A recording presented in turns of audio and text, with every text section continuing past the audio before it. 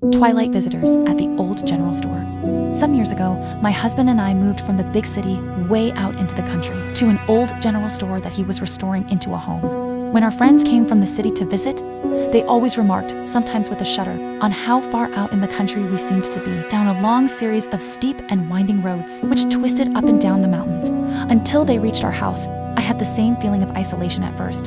But as I got to know our neighbors, I came to realize that it was, as I jokingly said, a hotbed of gossip and intrigue. And our little general store had a fair amount of traffic going by at rush hour, to the extent that my husband complained that he couldn't step out the front door and mark his territory without a car going by to see him. The original store owner had situated the building in a place guaranteed to draw custom, right in a hairpin turn on a steep road. And more than once we whiled away a morning watching a big delivery truck getting stuck on the curve, or in winter, waiting to see the four-wheel drive pickup trucks come sliding down the icy hill.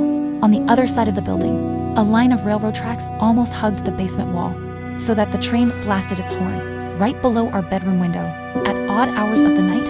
And beyond the tracks was a derelict but pleasant little state park on the banks of a briskly running river.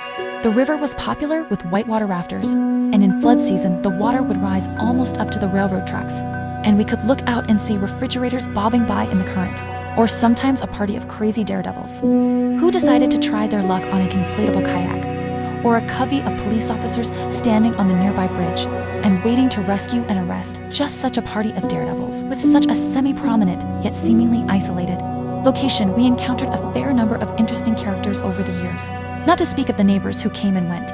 Many of these were fine people whom I would gladly meet again, but a few stand out as strangers that I am glad to be shut of. And since I now have a long convalescence to while away, I thought I would amuse you with some stories of the people we encountered, who for some reason often showed up at twilight, or midnight, or even at breakfast time, which really is the most inconvenient hour.